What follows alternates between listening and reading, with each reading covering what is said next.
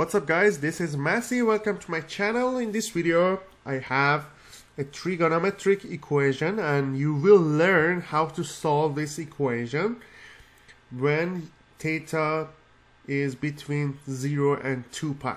So the equation we have is sine squared theta plus 5 sine theta plus 6 equals to 0. First of all, I have this quadratic equation. I need to solve it.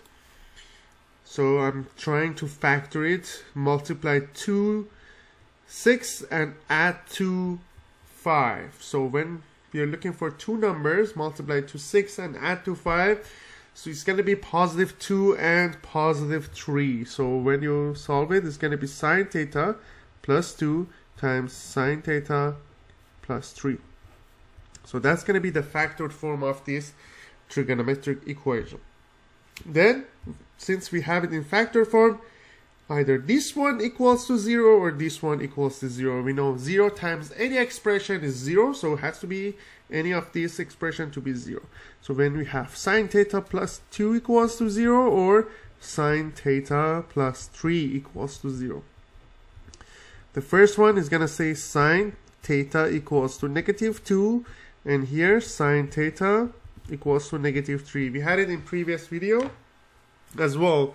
So the sine and cosine function, the range for these two functions is from negative 1 to positive 1. So the value of sine and cosine cannot be over positive 1 and cannot be less than negative 1. So since in this example we have negative 2 and negative 3, both of them are not going to be acceptable. Why? Because sine cannot be negative 2 and negative 3. So there is no answer to this question, so no solution, and these two are not acceptable. I will leave some playlists in the description below. If you need more examples, you can take a look to the description. Please don't forget to subscribe this channel. You have access to many other videos regarding math and science. If you found this video useful, please like it and share it with your friends. Thank you so much for watching and have a great day.